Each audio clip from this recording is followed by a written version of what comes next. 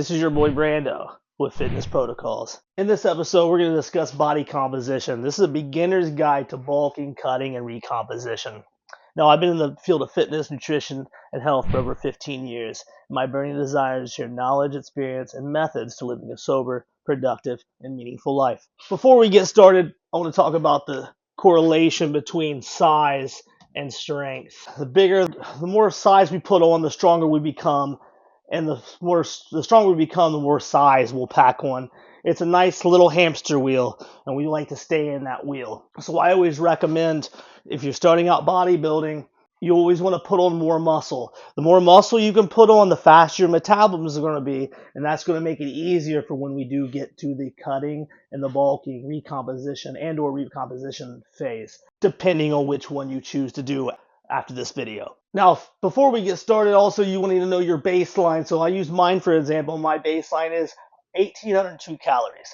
So that's how many calories my body requires just to exist. If I just lay there on the couch like a couch potato and do absolutely nothing, that is my body's requirement right there. You can find your baseline by using this formula here. We also have to consider calorie expenditure from cardio and resistance training. My daily intake requirements to 2,802. For a bulk, we're eating more calorie surplus. For a cut, we're drastically eating less calories. And in a recomp, we're eating at baseline, but we're cutting fat while building muscle, while building some muscle. Now, understanding bulking. Now, there's two ways to do the bulking. There is the dirty bulk, and there's a clean bulk. I'm sure you've guessed that dirty bulk means that you just eat anything and everything. And if you guessed that, you'll be right. On a bulk, we need a surplus of calories in order to pack on muscle.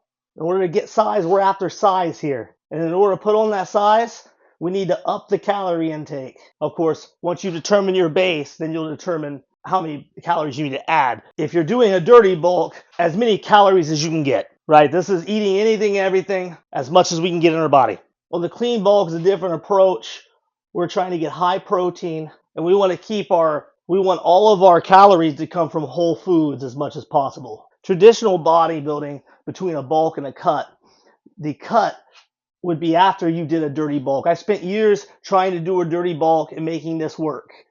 But what I found is I ended up looking like a roly-poly, just like this.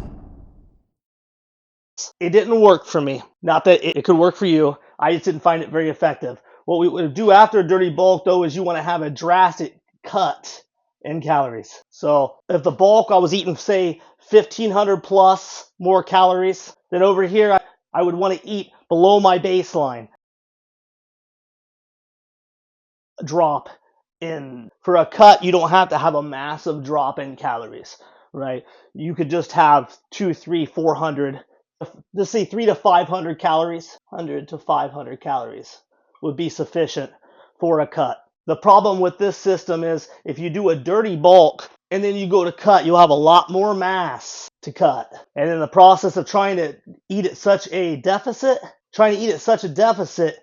you're going to lose muscle along the way. A lot of muscle, in my experience. Kind of the newer approach that I've done the last 10 years is a clean bulk, and then I do what is called a recomp. And the recomp is where I'll still keep my proteins high, at least 1 gram per pound of body weight, and I'll use my carbohydrates and fats as a lever. So in this case, we reduce the carbohydrates and the fat. When we eat is just as important as what we eat. By reducing our carbohydrates during the day, we'll reduce spikes in insulin level, leading to less bouts of lethargy and fat storage, and longer durations of steady energy, leaving you motivated and primed for the gym. No matter what you do, whichever method you choose for bulking, you're going to gain some fat along the way. It's impossible because you have to put on size to gain strength and vice versa. In order for there to be to gain muscle, for hypertrophy to occur, there has to be a variable change. So if these two methods become our constant, the variable change would have to be our proteins. Upping our proteins and our carbs, and then recompositioning again. The concept of recomposition is you're still gaining muscle while you're cutting the fat. So first you need to figure out what your baseline is. Then you want to figure out, So how many calories you want to do a surplus? You can eat in excess if you're clean eating, and you will still see clean gains. And then when you recomposition, you're just then shedding the fat. So a quick recap. We find out what our baseline is based on the formula. We look to gain, if we're doing a bulk, we want to have 300 to 500 calorie surplus or more. It's up to you. If you're doing a clean bulk, it's a little harder to do that.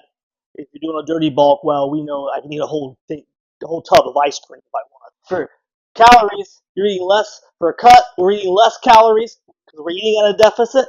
And recomposition is cutting the fat while still building some muscle. I kind of prefer the clean bulk into the recomp. So for 3-4 months, I like to up my calories. As soon as I make some gains, of course, some fluff comes along with that, and then we recomp. If you're interested in a good strategy for recomposition, check out my video on how to achieve optimal hypertrophy. We want to be eating 1.5 grams of protein to 1.5 to 2 grams of protein every day. Muscle is gained by protein intake. If our proteins, one or less isn't going to do it. If we're going on a cut, if we're going on a cut, 0.75 of a gram to 1 gram is sufficient to put us to make sure we're in a deficit. And over here, if we're recomping, 1 gram to 1.25 grams, even 1.5, really, that will help us still continue to pack on muscle while we're cutting the fat. Also, as far as training is concerned, bulking, cutting, and recomposition carry different styles of training methods for efficiency. So bulking, this is about hypertrophy. So we're talking 30 to 50% max on your exercises. We're looking for volume when we're bulking. When we're cutting, we want to lift heavy. The reason we want to lift heavy is because heavy compound movements, heavy weight burns the most calories. And we're trying to take advantage of this deficit. Now, recomposition is a blend of both cutting and bulking. If you're interested in seeing an example of this blend, check out my video on how to train for hypertrophy. Thank you for watching. If you like this video, I appreciate a like. It goes a long way to help me grow my channel. Subscribe if you want to see more information, more videos like this. Share, tell your friends, tell your enemies. Drop a comment. If there's anything that you would like me to cover, I'll make a video on it specifically. I do read all the comments, and I appreciate the feedback. Thanks again for your time, and let's continue to grow a stronger mind, body, and spirit one day at a time. Until next time.